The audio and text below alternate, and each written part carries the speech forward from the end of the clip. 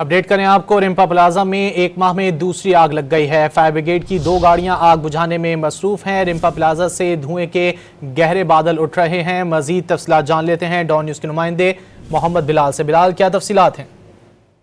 जी बिल्कुल, देखिए MGR road पर वाक़ रिम्पा प्लाजा में अचानक आग भड़क उठी है, जिसकी इत्तला पर फायर ब्रिगेड को इस तमाम तर वाक़े की इत्तला भी दे दी गई है और इमारत को खाली भी करवाया जा रहा है। कुछ दिनों कबल भी इसी रिम्पा प्लाजा में आग भड़क उठी थी, जिसके बाद रेस्क्यू ऑपरेशन जो है वो शुरू किया गया था। अब ये बताया जा रहा है कि जो 10वीं मंजिल है उस पर आग भड़कने की इत्तला है, जिस पर फायर ब्रिगेड की जानिब से इब्तिदाई तौर पर 2 गाड़ियां भेजी गई हैं और आग बुझाने का अमल भी शुरू कर दिया गया है।